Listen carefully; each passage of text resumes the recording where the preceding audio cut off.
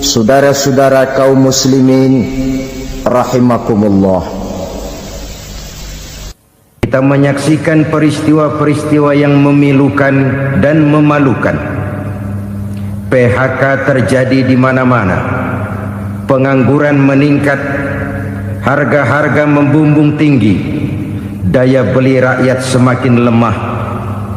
Sementara di bidang politik, kejadian-kejadian memberikan indikasi bahwa persatuan dan kesatuan kita sebagai bangsa dewasa ini tengah berada dalam ujian yang berat. Pada jumpa kita kali ini, tanpa bermaksud untuk mencari kambing hitam dari bencana yang kita hadapi, saya ingin menyampaikan sebuah hadis yang diriwayatkan oleh Imam At-Tabarani dari Ibnu Abbas bahwa Rasulullah sallallahu alaihi wasallam bersabda, khamsun bi khamsin, ada 5 perkara yang dapat menimbulkan 5 macam bencana. Mari kita renungi hadis ini satu demi satu sebagai bahan introspeksi buat kita semua dalam menghadapi bencana yang tengah berlaku sekarang ini. Yang pertama, manaqasa qaumul ahda illa sullita alaihim aduwwuhum. Apabila suatu kaum sudah mengingkari janjinya, maka mereka pun akan dikuasai oleh musuh-musuh mereka. Sederhana saja nampak kalimat dalam hadis ini. Apabila orang sudah mengingkari janji, mereka akan dikuasai oleh musuh-musuh mereka sendiri. Dan musuh kita yang paling utama saat ini adalah kemiskinan dan kebodohan. Kenapa itu terjadi? Karena kita mengingkari janji kita sendiri. Di saat awal-awal berdirinya Orde Baru, kita pernah berjanji untuk melaksanakan Pancasila dan Undang-Undang Dasar 45 secara murni dan konsekuen. Kita berjanji bahwa kita akan menegakkan pemerintah yang bersih dan berwibawa. Itu semua pada permulaannya. Waktu demi waktu berjalan, kita lupa dengan janji yang kita ucapkan itu. Ketuhanan yang Maha Esa kita ucapkan, tapi kesetanan yang luar biasa yang kita lakukan. Kemanusiaan yang adil dan beradab yang kita dengungkan, tetapi kemanusiaan zalim dan biadab yang kita praktekkan. Sederhana saja saudara, hampir setiap pejabat pada posisi-posisi kunci, di awal-awal ia memangku jabatan itu, biasanya ia mengucapkan sumpah dengan lafaz demi Allah bahwa dalam melaksanakan jabatan ini saya tidak akan menerima hadiah atau pemberian dalam bentuk apapun. Itu pada permulaannya. Lama-lama rupanya hadiah itu asik juga, mulai diterima. Lama-lama dirasa kurang, mulai menagih. Dan akhirnya terjadilah praktek yang disebut suap menyuap, semir menyemir, dan lain sebagainya. Kalau ini sudah menjadi kenyataan, bagaimana kita mau menegakkan pemerintah yang bersih dan berwibawa?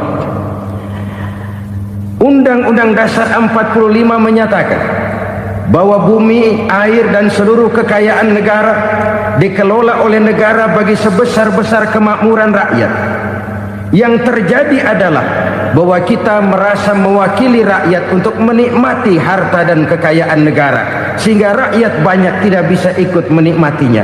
Menumpuklah harta itu sehingga terjadilah pepatah, gunung ditimbun, sumur digali. Yang kaya semakin kaya, yang miskin semakin terpuruk. Kita ingkar dengan janji yang kita ucapkan di awal-awal kita bergerak. Kita ingkar dengan janji pada saat kita mengatakannya dengan menyebut nama Allah, dengan mempertaruhkan nama Tuhan. Sehingga pada akhirnya jabatan pun mengalami tender. Sudah menjadi rahasia umum. Orang mau jadi lurah mesti mengeluarkan uang. Mau jadi camat mesti mengeluarkan uang. Mau jadi wali kota, bupati, bahkan gubernur, itu ada pasarannya. Secara logika, Kalau orang memperoleh satu jabatan karena banyak mengeluarkan uang, tentu pada saat ia mengeluarkan uang, ia sudah punya pemikiran, modal pasti pulang, modal pasti kembali. Kalau orang memperoleh suatu jabatan karena banyak mengeluarkan uang, maka langkah pertama yang dia lakukan setelah memangku jabatan itu ialah bagaimana uang bisa kembali, bagaimana modal bisa pulang. Kalau modal sudah pulang, pikiran berikutnya bagaimana supaya dapat untung. Lalu kapan mau bekerja untuk kepentingan rakyat? Itu nomor 18. Kemudian kalau ada proyek-proyek besar, pertanyaannya ialah bukan apakah proyek ini bermanfaat bagi rakyat, apakah proyek ini layak untuk diteruskan, tetapi yang jadi pertanyaan paling utama ialah bagian saya berapa duit dari proyek ini. Kita bisa lihat proyek, mega proyek lahan 1 juta hektar di Kalimantan Tengah, triliunan rupiah, dan proyek itu gagal. SD Impres bulan ini diresmikan, bulan depan retak. Jembatan-jembatan bulan ini gunting pita, bulan depan runtuh. Kita ingkar dengan janji. Kita berkata kita bekerja untuk kepentingan rakyat, tapi kita tidak pernah mengenal rakyat itu. Apabila suatu kaum sudah mulai mengingkari janji, maka mereka akan dikuasai oleh musuh-musuh mereka. Akibatnya tersusunlah barisan-barisan sakit hati yang makin lama makin menjadi bola salju, menggelinding membesar, dan kemudian terjadilah hal-hal yang tidak kita inginkan lagi.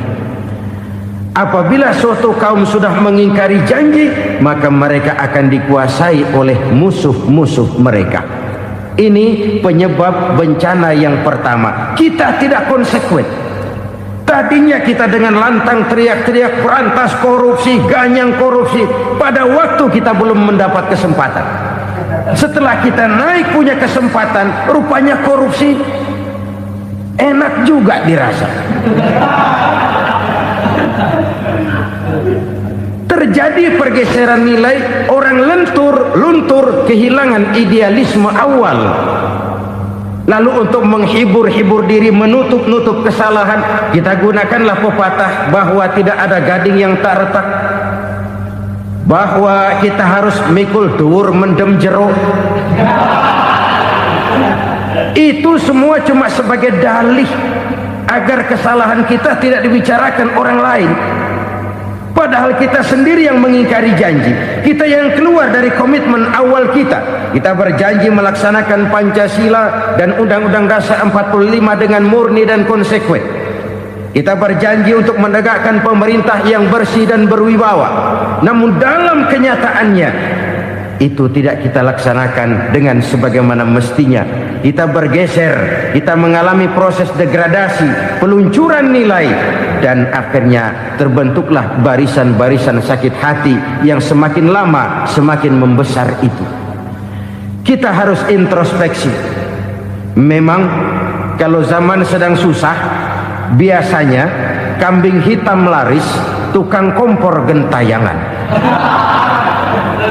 Itu dari dulu selalu mencari kambing hitam. Karena itu kita tidak bicara orang, kita tidak bicara siapa yang salah, kita bicara sistem, dan sistem itu bisa mengena siapa saja. Kalau orang sudah mulai mengingkari janji, bergeser dari komitmen awal, itu sudah mulai ia mengalami proses peluncuran, proses degradasi. Ini penyebab yang pertama.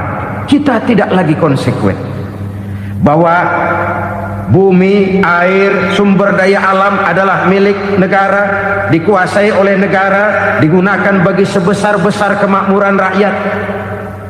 Ternyata rakyat yang makmur itu tidak merupakan gambaran yang menyeluruh dari rakyat kita. Undang-undang dasar kita menganut ekonomi kekeluargaan, tapi yang kita praktekkan adalah ekonomi keluarga. Kalau bukan keluarga nggak dapat proyek, kalau bukan keluarga nggak dapat macam-macam. kekeluargaan kita rubah menjadi keluarga, timbullah penyakit nepotisme. Kita bergeser, kita ingkari janji, dan kita anggap kita atasnamakan rakyat. Rakyat cuma sekedar jadi address, rakyat cuma sekedar jadi alamat, tetapi kehidupan mereka tidak banyak berubah dan tidak banyak terangkat. Kaum muslimin rahimakumullah, ini penyakit yang pertama, penyebab bencana yang pertama. Yang kedua, kata Nabi, wa ma hakamu bighairi ma anzalallah, apabila hukum yang diterapkan sudah tidak lagi bersumber dari hukum Allah, illa fasya fihimul faqru, maka akan bertebaranlah kemiskinan di mana-mana. Ini artinya apa? Apabila hukum tinggal sebuah stempel, apabila hukum sudah diatur menurut kepentingan, apabila hukum sudah tidak lagi ditegakkan secara adil, maka kemiskinan merambah di mana-mana. Hukum diatur menurut selera orang yang sedang berkuasa, maka yang benar bisa jadi salah, yang salah bisa jadi benar. Hukum dalam kenyataan hidup berlaku seperti pisau. Pisau itu kan saudara lihat, yang namanya pisau dimanapun itu tajamnya ke bawah, ke atas tumpul. Kalau hukum itu, kalau untuk rakyat, hukum itu tajam bukan main, cepat sekali dilaksanakan. Tapi giliran menengah ke atas, yang gedean dikit berbuat salah, hukum tumpul. Hukum pura-pura tidak dengar, akibatnya terluka rasa keadilan rakyat. Satu kasus rakyat diam, dua kasus rakyat diam, tiga kasus rakyat diam, kasus terakumulasi di hati rakyat, luka rasa keadilan, dan itu menjadi sumber bencana. Penjarahan kita tidak setuju itu, tapi kita harus melihat kausalnya. Itu kan tidak berdiri sendiri, itu kan karena terlukanya rasa keadilan rakyat, melihat kesempatan ini tidak merata. Kalau rakyat ini yang ngajukan kredit ke bank, walaupun jumlahnya cuma jutaan, ratusan ribu, susahnya 17 setan. Tapi ada orang-orang tertentu yang agunannya palsu, jaminannya palsu, bawa kata belece, bukan cuma miliaran, triliunan kredit bisa keluar. Terluka rasa keadilan, hilangnya kesempatan. Rakyat cuma dapat kesempitan, jarang dapat kesempatan. Dari lukanya rasa keadilan ini, memang ya entah lipstik, entah basa-basi, dibentuklah tim ini, dibentuklah badan pengawas ini, dibentuklah tim ini. Kalau membentur tahu, hancur tahu. Tapi kalau tim yang dibentuk membentur karang, bukan karangnya yang hancur biasanya, timnya yang bubar. Kenapa? Yang dibentur batu karang yang sangat keras. Kita main-main dengan hukum, kita tidak konsekuen dengan hukum, luka rasa keadilan, dan itu terakumulasi. Edi Tamsil, rakyat tahu, terakumulasi, menguap begitu saja. Kasus-kasus lain rakyat tahu, menguap begitu saja. Ketidakadilan terakumulasi, mengendap di hati rakyat, menunggu ledakan. Pada saat sumbu meledak, rakyat tidak bisa dibendung lagi. Oke, kita tidak setuju dengan penjarahan, tapi jangan melihat itu sebagai peristiwa yang berdiri sendiri. Kenapa itu terjadi? Kausalnya kenapa? Oke, kita tidak setuju memang, tapi yang dijarah oleh rakyat kan memang cuma untuk perut. Yang dijarahkan beras, yang dijarahkan televisi, yang dijarahkan kulkas yang masih bisa dihitung, yang memang real untuk kebutuhan rakyat. Penjara-penjara berdasi kepala botak yang menguras uang rakyat habis-habisan, enak saja melenggang dalam kehidupan ini. Makin terluka rasa keadilan rakyat. Apabila hukum yang diterapkan sudah menyimpang dari keadilan yang diajarkan Allah, fasyafihimul fakru, bertebaranlah kemiskinan. Aneh, memalukan, memilukan. Sebuah negara agraris yang katanya pulaunya hijau royo-royo, gemari palau jenawi toto tentem kertora harjo, yang tahun 93 pernah mendapat penghargaan dari FAO, Badan Pangan Sedunia, sebagai negara yang berhasil dalam swasembada pangan.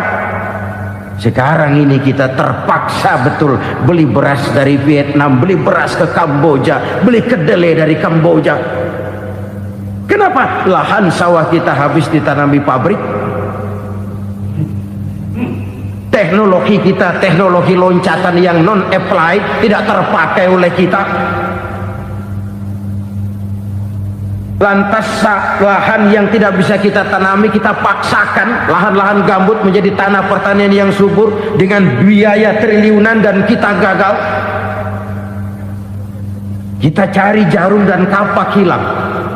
Kita mau jadi negara industri dengan loncatan teknologi yang maju, kita lupakan pola pijak kita sebagai negara agraris, dan akhirnya kita kecolongan. Lihatlah dewasa ini, rakyat kita antri sembako di mana-mana. Di sebuah negara agraris, ketidakadilan melahirkan kemiskinan, kemiskinan moral dan kemiskinan material. Kemiskinan moral, rakyat nggak percaya lagi sama pejabat. Rakyat mengalami krisis figur. Orang alah lu ngomong dah ember.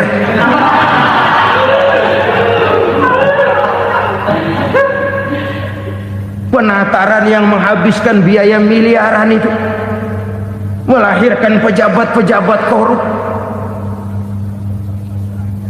Pengawasan yang menghabiskan biaya miliaran itu ternyata impoten, mandul. Kemiskinan moral. Jujur saya berkata, saudara-saudara, setelah pintu reformasi dibuka, itu yang masuk memang macam-macam. Ada yang memang punya tujuan murni, konsekuen dan punya konsep.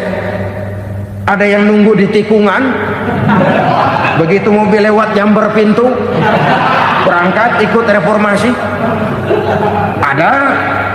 Ada yang memanfaatkan momentum, mumpung untuk nyampein unek-unek, ngerti enggak, pokoknya ngomong. Sehingga keadaan semakin rancu, kebingungan semakin menjadi-jadi, masalah yang paling urgen tidak terselesaikan.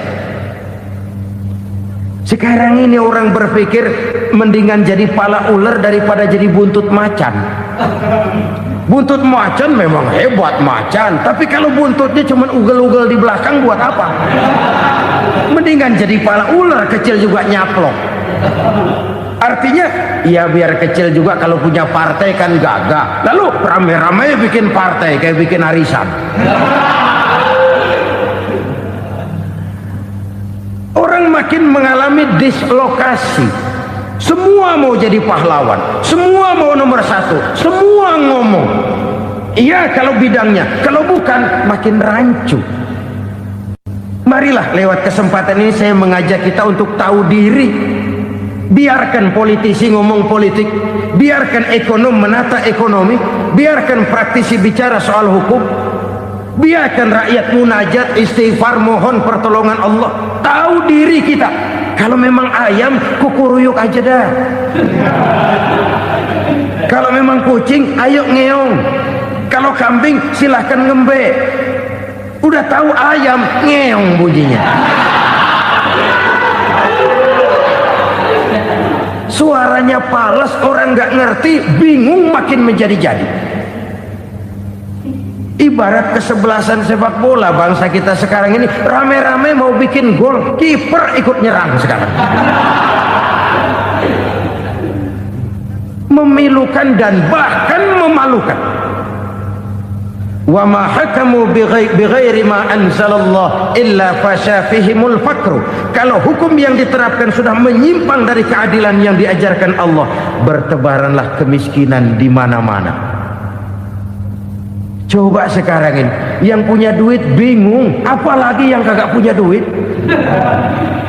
Yang pengusaha gede ngeluh, apalagi yang pengusaha pas-pasan. Yang kagak punya beras, yang punya beras saja masih bingung, apalagi yang nggak punya beras. Ini sudah demikian merata. Dulu kita kagum mendengar konglomerat kelas buadah, kelas-kelas yang seakan-akan cuma ada dalam khayalan mereka, punya kekayaan miliaran dolar, triliunan. Sudahlah, seolah-olah nggak terjangkau sama kita. Weh, ternyata yang gede-gede itu juga gede utangnya. Dan rontok satu demi satu. Ternyata rakyat selama ini cuma dialamatkan, cuma dijadikan address. Rakyat yang tidak banyak ngerti persoalan ini harus menanggung hidup ini begini berat, harus menanggung beban hidup ini begini tinggi, daya beli semakin lemah, semakin terpuruk dan terpuruk, sedang keadaan belum juga banyak berubah. Yang hutang sama luar negeri itu kan bukan rakyat kecil, Ciano. Yang banyak nyimpen dolar juga kan Ciano. Rakyat kecil bocah kampung mah jangankan nyimpen dolar, ngelihat juga tumben. Kemana kita mesti bercermin? Sekali lagi saya mengatakan, maaf, kita tidak bermaksud mencari kambing hitam. Karena itu kita tidak bicara orang, kita bicara sistem, kita bicara keadaan. Beginilah yang dikatakan Nabi, penyebab timbulnya bencana, hukum yang ditegakkan tidak lagi berorientasi kepada keadilan, tapi berorientasi kepada kepentingan. Akhirnya bentuk hukum seperti pisau, tajam ke bawah, tumpul ke atas. Hukum cuma buat rakyat kecil, tetapi kelompok menengah ke atas kadang-kadang kebal dari perlakuan hukum. Maka bertebaranlah kemiskinan. Iya, kemiskinan moral berupa lukanya rasa keadilan. Kalau rasa keadilan terluka, orang kan nunggu kesempatan, saudara. Iya, dia nggak bisa ngomong, iya, dia nggak sanggup action, iya, dia nggak bisa tunjuk rasa, tapi hatinya kan, kapan ada kesempatan, kapan ada waktu, tunggu. Hatinya mesti begitu. Sehingga begitu ada kesempatan, terjadilah hal-hal yang tidak terhindarkan. Dan itu ekses, bukan reformasi. Jangan seperti sebuah dialog saya dengan seorang abang beca. Saya bertanya, bang, iya, abang tahu nggak reformasi? Tahu. Ustadz, apa? Pembakaran. Terus penjarahan, lalu perkosaan. Itu reformasi. Itu yang saya lihat. Nah, itu yang dia lihat. Saya tentu tidak menyalahkan abang beca kita, karena memang itu yang dia lihat dan sejauh itu wawasannya. Tapi ini indikasi bahwa banyak rakyat kita yang belum bisa menggunakan kebebasan secara bertanggung jawab. Padahal kebebasan tanpa tanggung jawab tirani. Sebuah contoh gampang-gampangan. Saya beli radio, saya setel di kamar saya, lalu saya bilang, ini radio gue, yang beli gue, pakai duit gue setel di kamar gue, sekeras-kerasnya, gak ada urusan sama orang lain. Itu kata saya. Tetapi tetangga saya sebelah rumah kan boleh juga ngomong begitu. Kata tetangga saya, ini mata gue, yang ngantuk gue tidur di kamar gue, kenapa suara radio lu nyampe kemari? Artinya apa ini? Kebebasan saya nyetel radio dibatasi oleh kebebasan tetangga saya yang mau tidur. Tidak ada kebebasan mutlak. Kebebasan mutlak tanpa tanggung jawab kembali akan melahirkan tirani, kembali akan melahirkan pemaksaan kehendak. Dan itu lagi-lagi bukan demokrasi. Saudara-saudara kaum muslimin rahimakumullah. Ini penyakit yang kedua, lukanya rasa keadilan, terutama di kalangan rakyat kecil. Itu mengendap menjadi akumulasi dan menunggu giliran kapan bisa dimuntahkan. Dengan kata lain, rakyatnya udah banyak banget makan yang perutnya jadi enak, nyelam. Kapan nunggu muntahnya? Udah begini banyak akumulasi yang mereka terpendam di perut ini, sehingga ketika terjadi kesempatan itu sudah tidak terkendalikan lagi, kita out of control. Saya tidak mentolerir sikap-sikap kekerasan, bahkan saya lebih cenderung bahwa kalau di rumah kita banyak tikusnya saja racuni, jangan rumah dibakar. Bahwa ada korupsi, ya, ada kolusi, memang ada nepotisme, tentu. Tetapi tikusnya saja racuni, jangan rumah dibakar. Masa mau ngusir tikus bakar rumah? Tikusnya lari, tikusnya selamat, rumahnya ewes-ewes.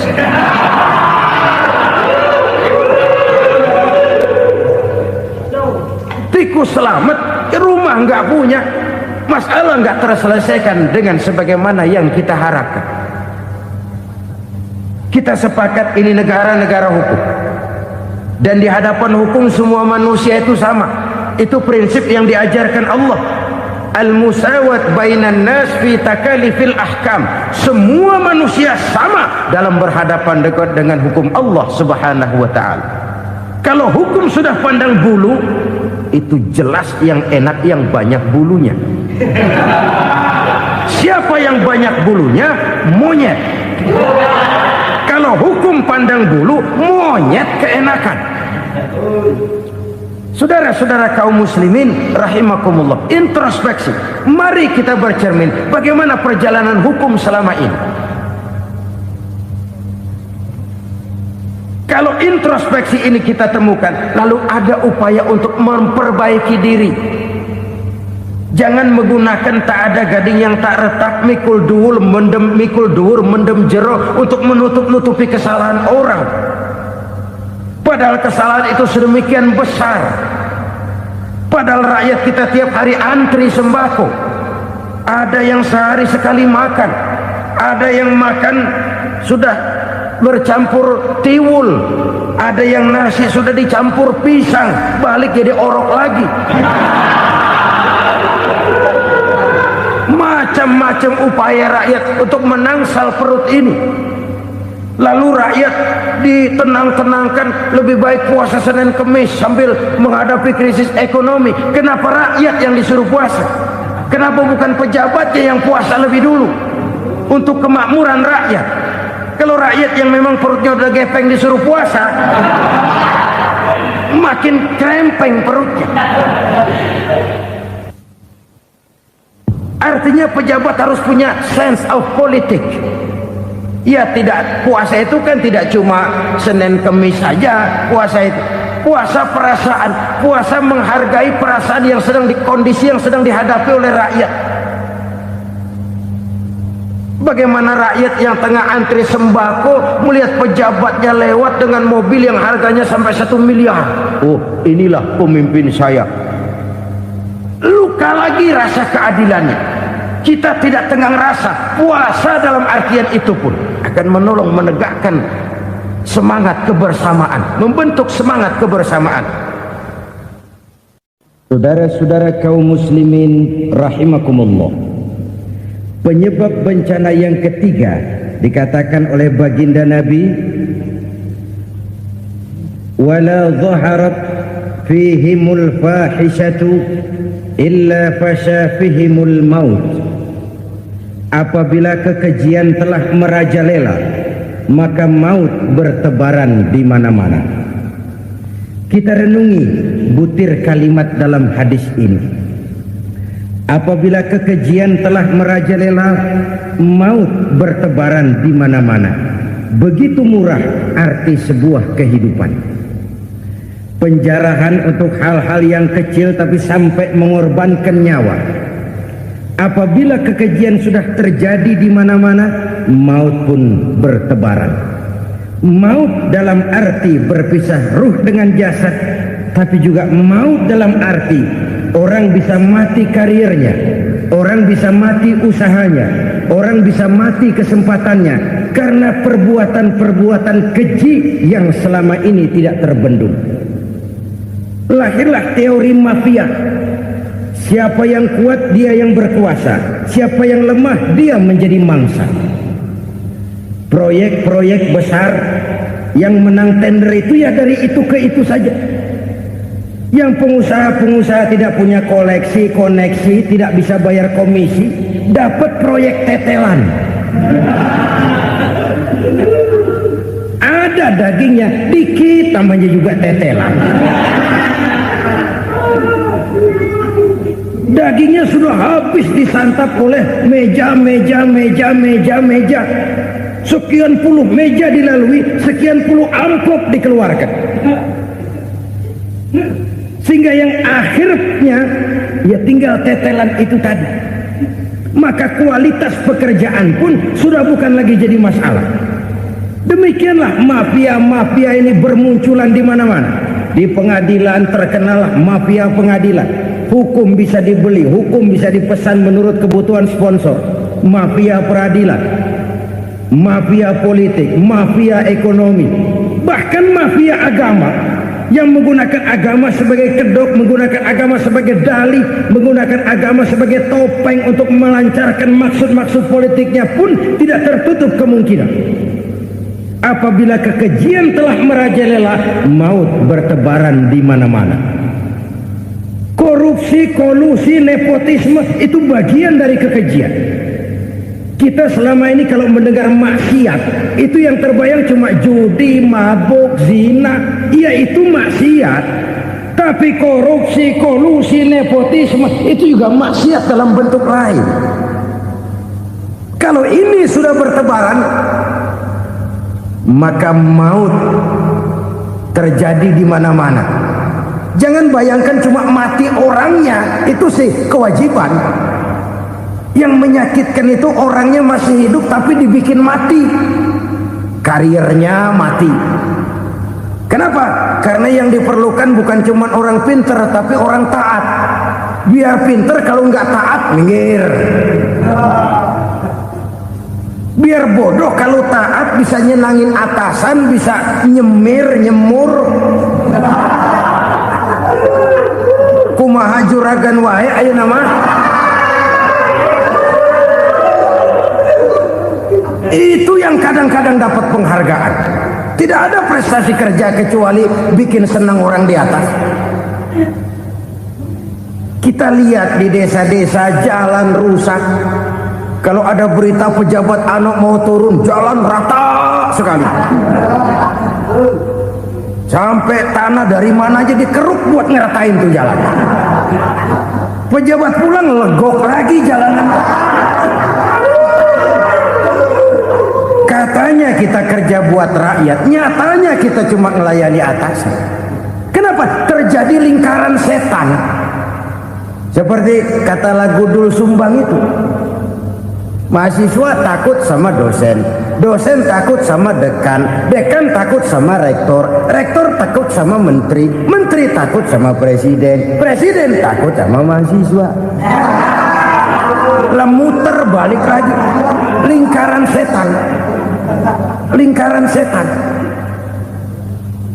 Saudara-saudara kaum muslimin rahimakumullah, kekejian yang merajalela, praktek-praktek mafia yang tertuang dalam kehidupan sehari-hari menyebabkan orang mati karirnya, jasad masih hidup, karir mati, itu menyakitkan. Mati bisnisnya. Rakyat kecil pernah senang ketika cengkeh booming, harganya bagus, rakyat banyak yang pergi haji. Lalu mau ditata, lahir tata niaga cengkeh, malah amburadul. Harga cengkeh jatuh, petani cengkeh kecil menjerit. Siapa yang untung? Segelintir orang. Masihkah kita pakai atas nama rakyat untuk kepentingan nasional, padahal yang nyanyi cuma segelintir orang? Masihkah kita mau bohongi rakyat ini dengan mobil nasional tapi bikinan Korea? Masihkah kita mau bermain verbalisme, bermain kata? Ini sebuah masa lalu yang tidak perlu terulang lagi untuk masa-masa yang akan datang. Kekejian merajalela, orang mati karir, bisa mati usaha, mati bisnis. Usahanya maju, dirangkul, hancur. Usahanya maju, dipukul, hancur, tenggelam. Bahkan yang memilukan dan memalukan badan-badan usaha milik negara itu dikebiri sedemikian rupa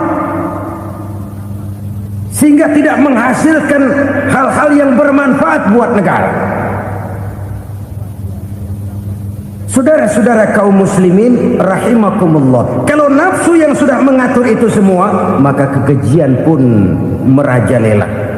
Orang sudah pakai teori mafia, yang kuat dia yang menang, yang kuat dia yang berkuasa, yang lemah silakan minggir di sudut-sudut kehidupan. Kalau kekejian seperti ini merajalela, maut bertebaran di mana-mana. Banyak orang mati karirnya, banyak orang mati usahanya, banyak orang mati imajinasinya. Sekarang ini dalam dunia seni, yang banyak karyawan seni, bukan seniman. Seniman itu kan dilahirkan, lain seniman, lain karyawan seni. Sekarang yang banyak karyawan seni, bukan seniman. Mati karir, mati imajinasi, mati improvisasi, sehingga kehidupan persis sinetron. Sinetron itu yang kita lihat rumah mewah, yang kita lihat rumah bagus, nggak pernah kita lihat di sinetron kita ini rakyat antri sembako. Kita dijejali hal-hal yang indah, yang wah, yang membuat kita tenggelam dalam gaya hidup instan, tenggelam dalam gaya hidup wah. Kita lupa dengan realitas keseharian di tengah-tengah masyarakat kita. Lahirlah kelompok-kelompok selebritis, dibesarkan oleh berbagai media. Selebritis pilek aja masuk koran, pilek.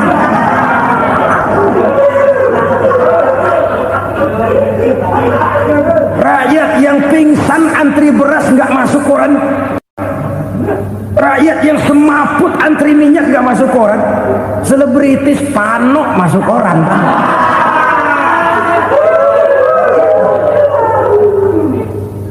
Kita besarkan hal-hal kecil, kita kecilkan hal-hal besar. Kenapa? Kita mengejar oplah, kita profit oriented, tidak lagi berorientasi kepada realitas hidup yang kita hadapi ini. Kalau kekejian sudah merajalela, kata Nabi, maka maut bertebaran di mana-mana. Maut dalam artian maut, coba lihat sekarang begitu murah nyawa. Karena 1000 perak orang mau nusuk bunuh. Karena beras seliter orang khilaf, begitu murah kehidupan. Tapi kekejian dalam bentuk korupsi, kolusi, nepotisme, kekejian dalam bentuk itu mematikan karier, mematikan bisnis, mematikan imajinasi, mematikan kreativitas. Itu juga maut dalam bentuk lain akibat kekejaman lain. Ini penyebab yang ketiga. Yang keempat, penyebab bencana menurut baginda Rasul, wala tukhfiful mikyala illa muni'un nabat. Apabila timbangan sudah dicurangi, maka tercegahlah tumbuh-tumbuhan. Apabila timbangan sudah mulai curang, maka terjadilah musim paceklik. Apabila bisnis sudah bergaya mafia tadi itu, kecurangan-kecurangan terjadi, tender di balik pintu, yang dimenangkan cuma kelompok-kelompok yang bisa memberikan presentasi yang besar, muni'un nabat, terjadilah paceklik. Paceklik, panen gagal, wereng, ya wereng, kemarau panjang, it's okay, air sulit, iya, tetapi kan semua itu ada yang ngatur. Kemarau ada yang ngatur, belalang itu ada yang ngatur, air itu juga ada yang ngatur. Yang ngatur itu yang serba maha. Kalau ia murka melihat kecurangan timbangan, Allah itu kalau murka kan gampang saja, tinggal komandoin balang, lang, hancurin tuh sawah. Konvoy belalang, konvoy, Allah tinggal ngutik angin El Nino. Mampir lo ke Indonesia, hujan nggak turun-turun, kemarau panjang. Jadi kalau musim kemarau kan namanya anginnya El Nino. Kalau musim hujan anginnya namanya La Nina. Cakep namanya, kejem orangnya. Saudara lihat Cina sekarang sedang kena La Nina, banjir besar, ribuan orang meninggal. Dia mah ribuan mati kagak berasa, rakyatnya miliaran. Bangladesh lagi ngalami La Nina, India lagi ngalami La Nina. Angin, hujan, kemarau, belalang itu kan ada yang ngendaliin. Kuncinya bukan di belalangnya, kuncinya bukan di peredaran matahari berputar, kuncinya di atas yang mengatur semua itu. Kalau timbangan sudah mulai curang, pengusaha sudah nggak mau jujur, apa nggak bikin perut jadi mual. Begitu rakyat antri sembako pingsan nggak dapat beras, sementara beras ditumpuk-tumpuk sampai membusuk. Kemana hati nuraninya? Kemana akal pikirannya? Kemana mereka yang berbuat atas nama rakyat tapi melihat rakyat susah tidak tergerak hatinya? Apabila timbangan sudah mulai dicurangi, bisnis sudah mulai melenceng, maka terjadilah paceklik.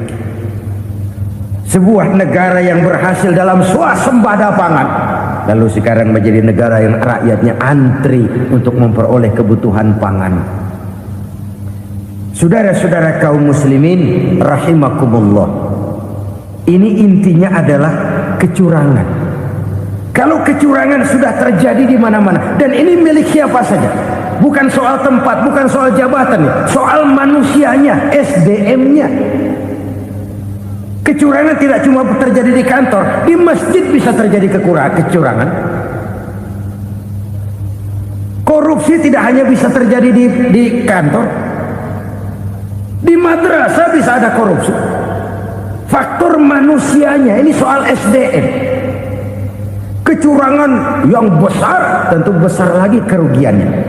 Kecurangan yang kecil, kecurangan sehari-hari, pedagang-pedagang kecil ngurangi timbangan, barang yang buruk dikatakan baik, yang baik dikatakan buruk, itu merugikan perorangan. Kecurangan yang besar merugikan bangsa dalam bentuk total, dalam bentuk seutuhnya. Nah, kecurangan-kecurangan seperti ini rakyat kan lihat, rakyat kan tahu, dan itu kembali terakumulasi di sini, pegel. Dan jangan lupa, rakyat yang nggak ngomong itu, rakyat yang nggak bersuara itu, batinnya menjerit, jeritannya menggoncang aras, dan itu didengar Allah. Yadullah fauqal jamaah, kata Nabi, tangan Tuhan di atas orang banyak. Jeritan hati rakyat menggoncang aras. Rakyat yang terlalu banyak dizolim, rakyat yang terlalu banyak dirugikan, ya rakyat yang terlalu banyak di atas namakan, menjerit batinnya, menggoncang aras, dan Allah bisa menggerakkan apa saja untuk membuat satu situasi. Allah bisa menggerakkan apa saja untuk membuat satu situasi. Saudara-saudara kaum muslimin rahimakumullah, ini faktor yang ketiga, timbulnya kecurangan. Faktor yang keempat maksud saya. Yang kelima, penyebab timbulnya bencana menurut baginda Nabi, wala muni'uz zakat wala muni'uz zakat illa hubbisa anhumul qatr. Apabila zakat enggan dibayar, maka tercegahlah qatrun. Qatrun ini kalau bahasa kita sembako. Maka tercegahlah kebutuhan-kebutuhan yang kita perlukan. Ini, kita tidak meragukan bahwa yang kita tuju adalah masyarakat yang adil dalam kemakmuran dan makmur dalam keadilan. Nah, antara kemakmuran dan keadilan ini memang sering tidak bisa berjalan seiring. Pada saat kemakmuran kita kejar, ekonomi kita pacu, ada nilai-nilai keadilan yang tertinggal.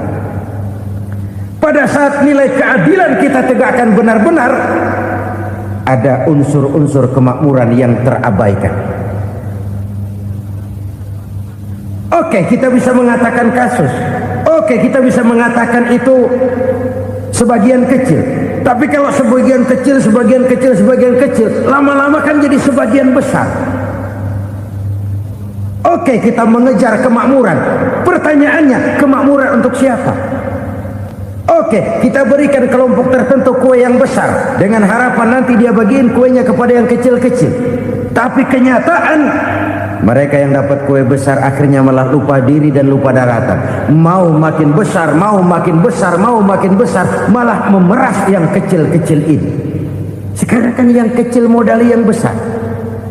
Ramai-ramai buka bank, ternyata kamuflase. Uang banknya untuk kredit perusahaannya sendiri. Nasabahnya rakyat kecil. Artinya apa? Rakyat kecil disuruh modalin orang yang udah gede. Ini kan sumber geledek urusan.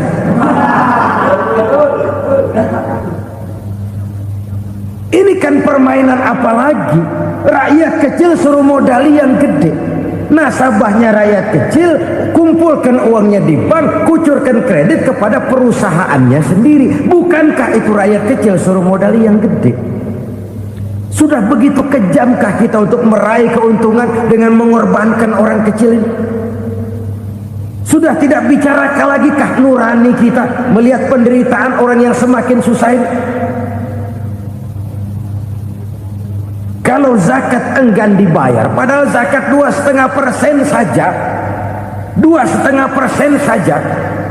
Kalau itu pun enggan, kalau zakat saja enggan, bagaimana pula yang namanya sodako, bagaimana pula yang namanya infak, bagaimana pula yang namanya santunan, bantuan. Kadang-kadang lipstick nyumbang si nyumbang, cuman nyolongnya lebih gede.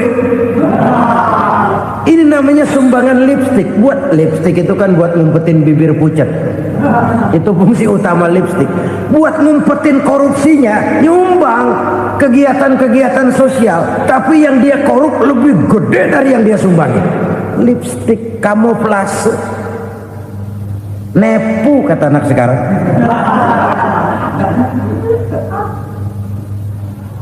Saudara-saudara kaum muslimin rahimakumullah.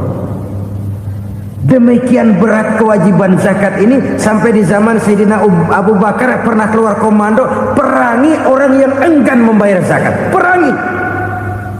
Karena fungsi zakat adalah menjembatani antara si kaya dengan si miskin.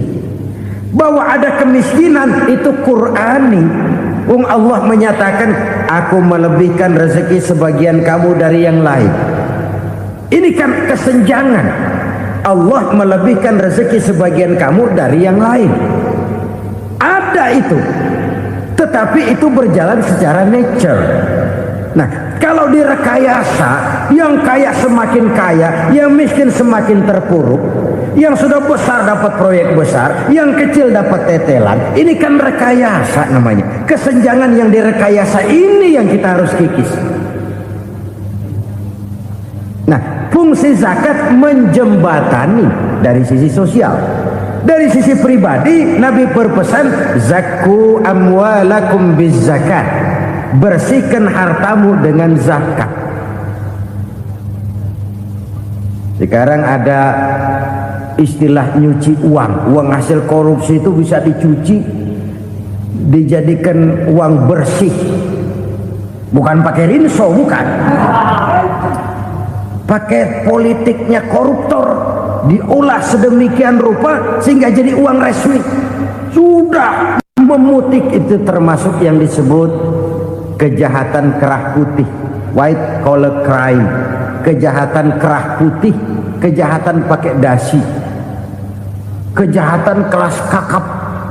Makanya orang mendingan goblok kagak bener daripada pinter kagak bener. Goblok kagak bener itu gampang ngurusinnya. Pinter kagak bener, ini yang berabe bener ngurusinnya.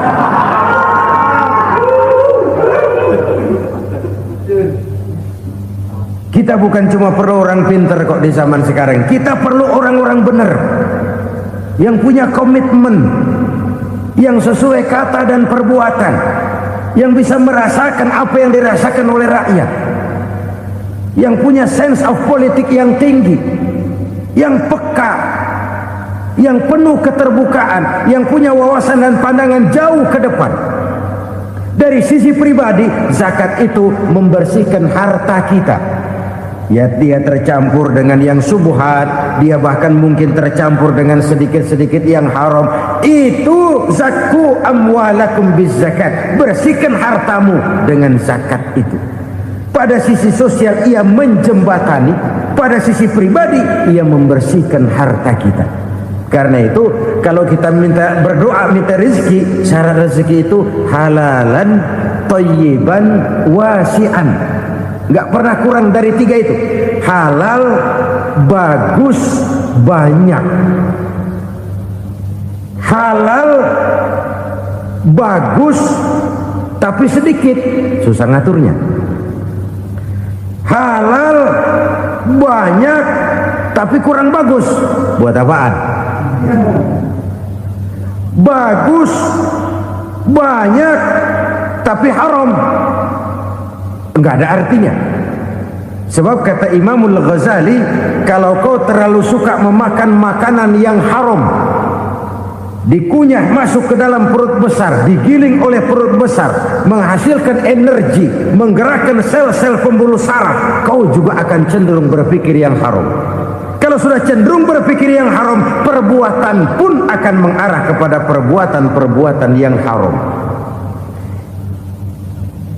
Dulu waktu kelompok Jimbaran 200 konglomerat Indonesia kumpul, dihimbau supaya sekian persen kasih pengusaha-pengusaha lemah. Itu kan cuma sekedar belas kasihan, tidak banyak menolong keadaan. Dan bukan itu yang diperlukan pengusaha-pengusaha kecil.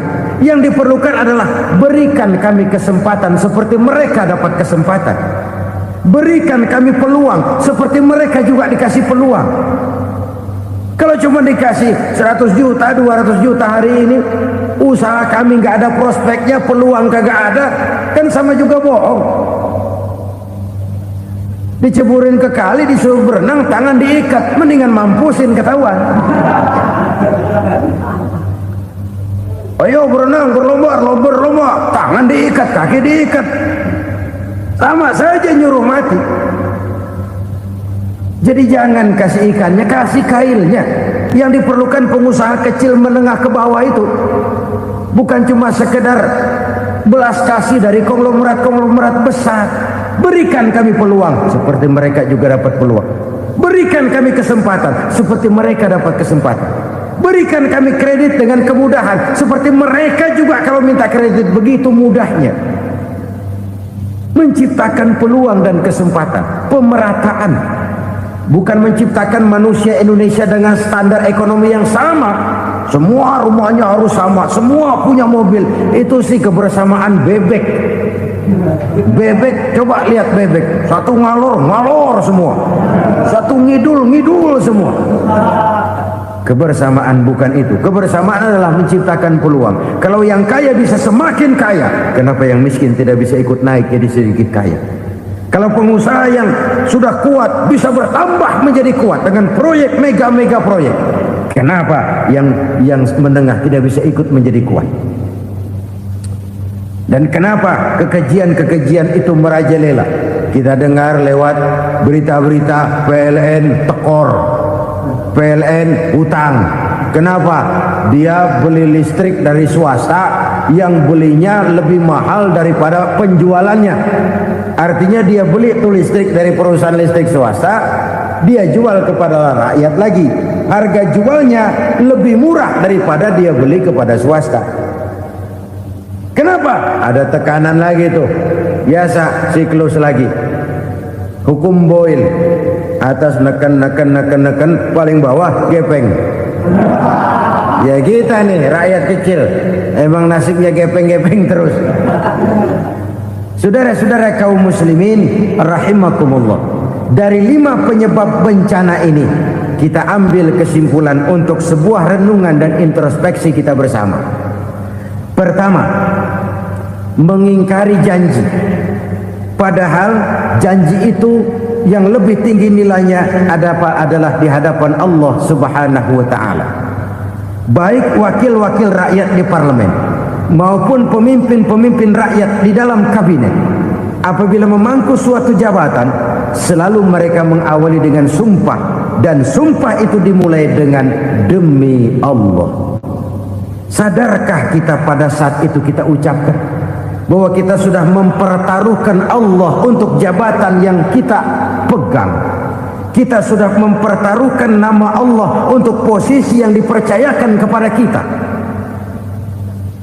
Sadarkah kita bahwa menyia-nyiakan itu satu dosa yang sangat besar, yang tidak hanya kepada Allah tetapi juga kepada rakyat yang kita wakili, kepada rakyat yang kita pimpin.